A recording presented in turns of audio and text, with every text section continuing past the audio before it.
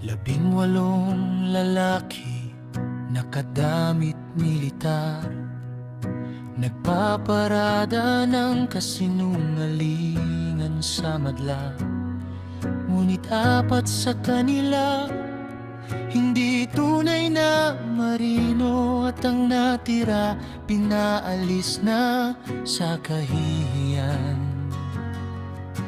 Isang pinagsamang salaysay, 18 pangalan, isang kwento para sa lahat, parehong-pareho.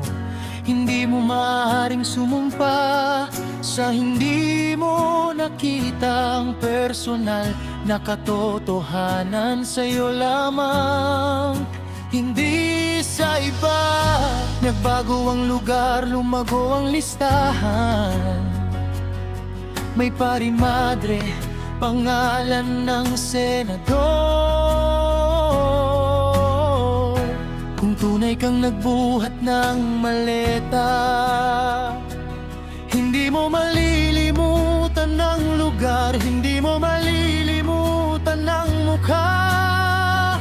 Hindi maitatapon ang katotohanan sa maleta, hindi matatakpan ang kasinungalingan ng camouflage. Ang sinungaling na saksi ay hindi maiiwasang parusahan. Kawikaan 19, bersikulo 9, nagmamasid ang Diyos. Ang katotohanan ay mananatili habang naguguho ang mga kwento. Ang katotohanan ay mag-aangat habang nalalaglag ang mga kasinungalingan. Juan 8:32, ang salita ay buhay, ang katotohanan ay magpapalaya sa'yo.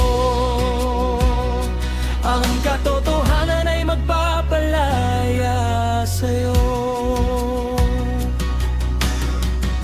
8 sa 18, hindi kahit nakaasay, sinabi ng sariling amo, hindi sila naglingkod. Ang saksi ng notaryadong dokumento ay nagsabi, hindi niya mapapatunayan ang nilalaman. Blue ribbon na pagdinig, armas na ginawa ng politika, itinakda ilang linggo bago ang paglilitis. 257 ang bumoto ng oo, ang kapulungan ng bayan ay nagsalita, hayayan ng katarungan. Patuloy na nagbabago ang listahan, nagbabago ang kwento, isang bitag na itinayo para sirain ang matapang. Ngunit ang mga kasong perjury at cyber libel ay tumataas na laban sa mga naglaro ng ganitong laro. Hindi maitatapon ang katotohanan sa maleta, hindi matatakpan ang kasinungalingan ng camouflage. Ang sinungaling na saksi ay hindi maiiwasang parusahan. Kawikaan 19, bersikulo 9, nagmamasid ang Diyos. Ang katotohanan ay mananatili habang naguguho ang mga kwento.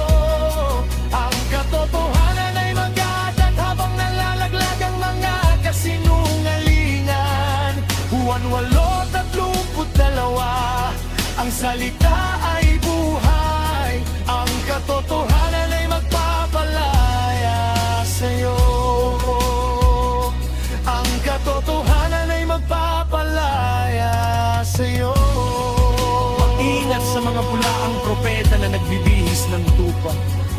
Makikilala mo sila sa kanilang mga bunga, nagbabagong kwento, mga gawa-gawang pangalan. Isang dokumentong iniwanan ng sariling saksi. Manalangin tayo para sa katotohanan. ipaglaban ang hustisya. Huwag hayaang lupohin tayo ng propaganda. Ang katotohanan, hindi natatago sa maleta. Hindi maitatapon ang katotohanan sa maleta. Hindi matatakpan ang kasinungalingan ng camouflage. Ang sinungaling na saksi ay hindi maiiwasang parusahan. Kawikaan 11, bersikulo 9, nagmamasid ang Diyos. Ang katotohanan ay mananatili habang nabubuho ang mga kwento.